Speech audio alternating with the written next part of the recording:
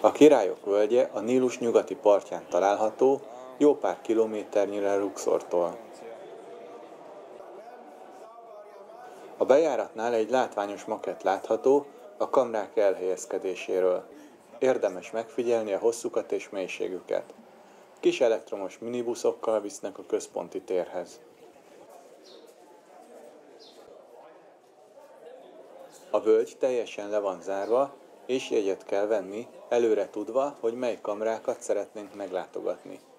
Persze utólag is lehet extra jegyet venni, de sokáig tart visszajönni a pénztárakhoz.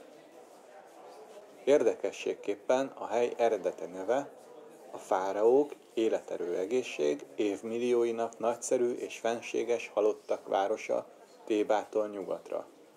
Luxor eredeti ókori neve Théba.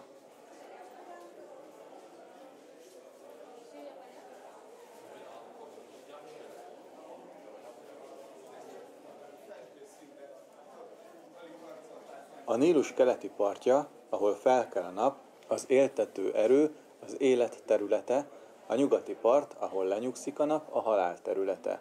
Ezért minden élettel kapcsolatos templom, lakóházak, stb. A keleti parton volt, és minden halállal és más világgal kapcsolatos templom, temetkezési hely, stb. A nyugati parton található.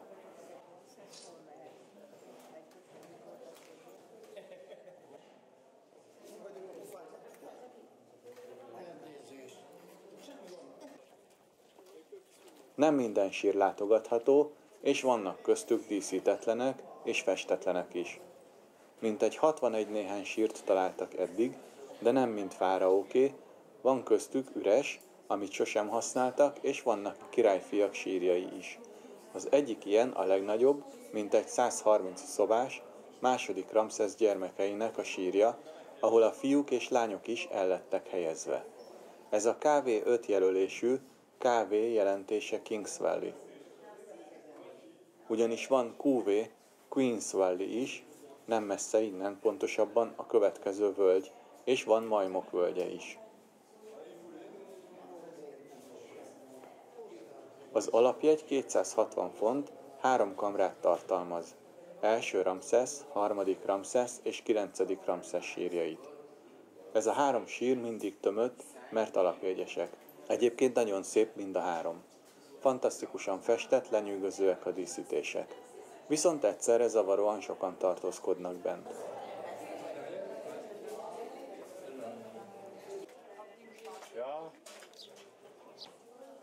Ezekben a sírokban a felvételekkel mindig kapkodni kellett, mert sok helyen nincs elég hely, hogy mindenki odaférjen és fényképezzen.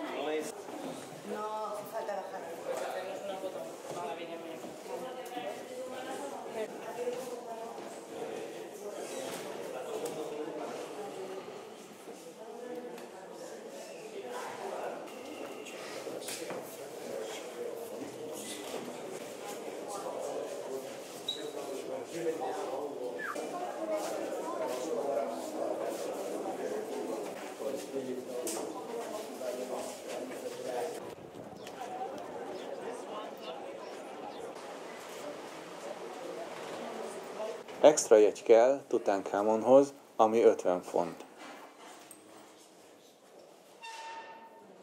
A kamra aránylag kicsi, nem is az ő számára épült eredetileg, de nem tudták, hogy ilyen fiatalon meghalhat. Tutankamon az egyetlen, aki máig a sírjában fekszik. Azért a díszítése ennek is pompás. Itt már azért nincs akkora tömeg, de még eléggé népszerű, hiszen az egyik legismertebb fáraó.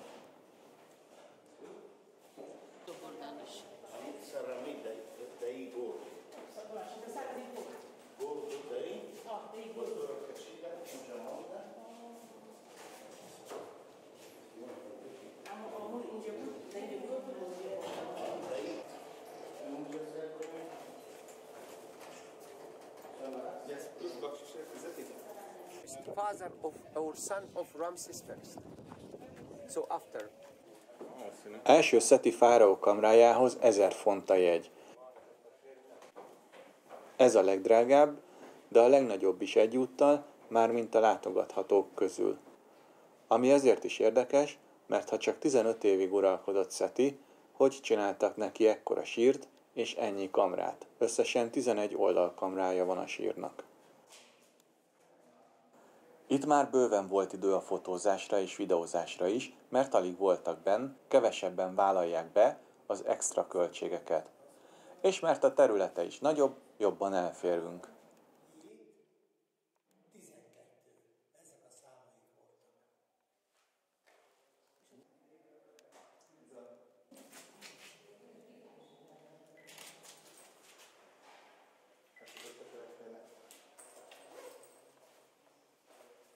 Külön érdekessége a befejezetlen kamra.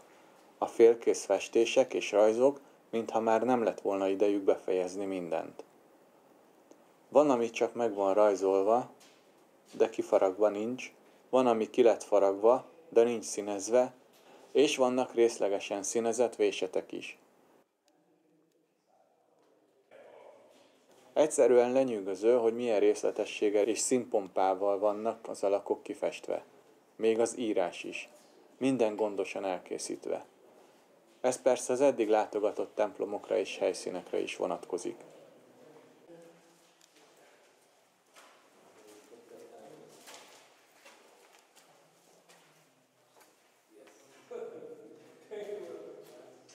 Oké, hogy tanuljuk az iskolában, meg látunk fényképeket, de itt a helyszínen látni, megtapasztalni ezeket a műveket, és a munka eredményét, amit belefektettek, egészen más élményt nyújt. Első Szeti, első Ramszesz fia, és az Abu Szimbelt építtető, második Ramszesz apja. Ő és második Ramszesz erősítették meg a birodalmat a vallási restauráció után.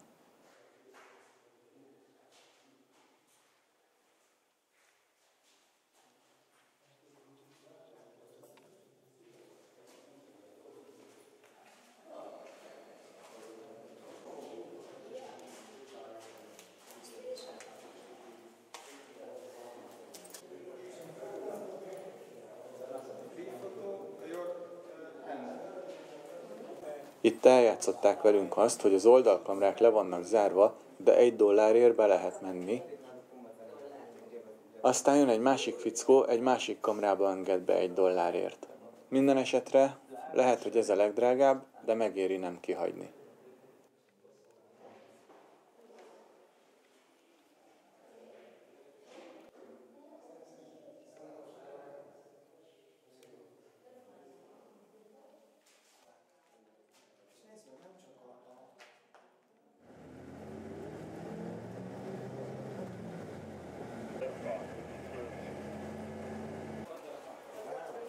Hatszepszut halotti temploma a Királyok völgye mellett található, sziklába vájva és szemben a Karnaki templommal. Hatszepszut fáraónő kivételes eset, rajta kívül még 3-4 fáraónő uralkodott, de mind rövidebb ideig, a dinasztiájuk utolsójaként.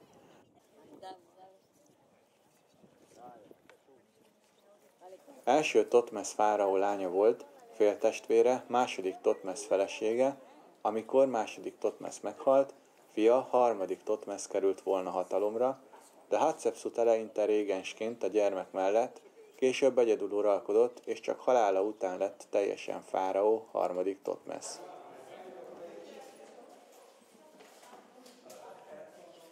Az volt a kívánsága, hogy a Karnaki templommal szemben legyen az emléke, így megépítette magának a teraszos templomot.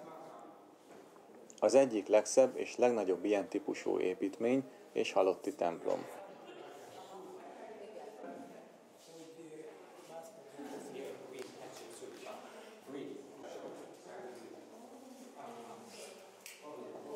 Uralkodásának 7-től a 20. éveig tartott az építkezés.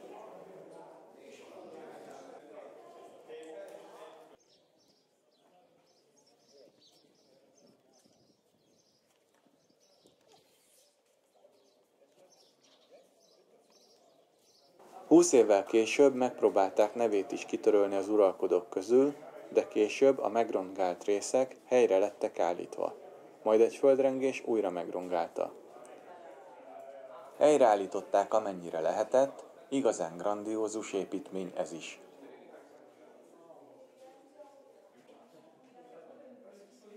Hathor, Anubis és Amon-Ré tiszteletére is vannak benne kápolnák.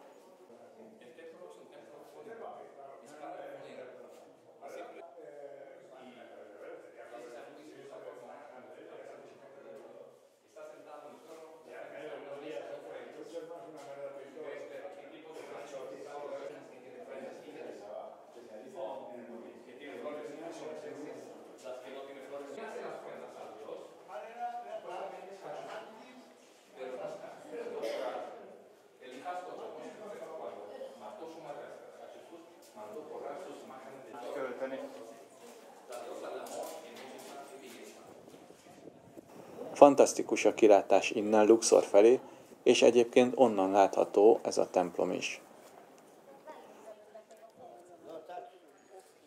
A Memnon kolosszusok mintegy 18 méter magasak és 3400 évesek, eredetileg 3. Amenhotep fáraó temploma előtt álltak, és őt is ábrázolják a szobrok.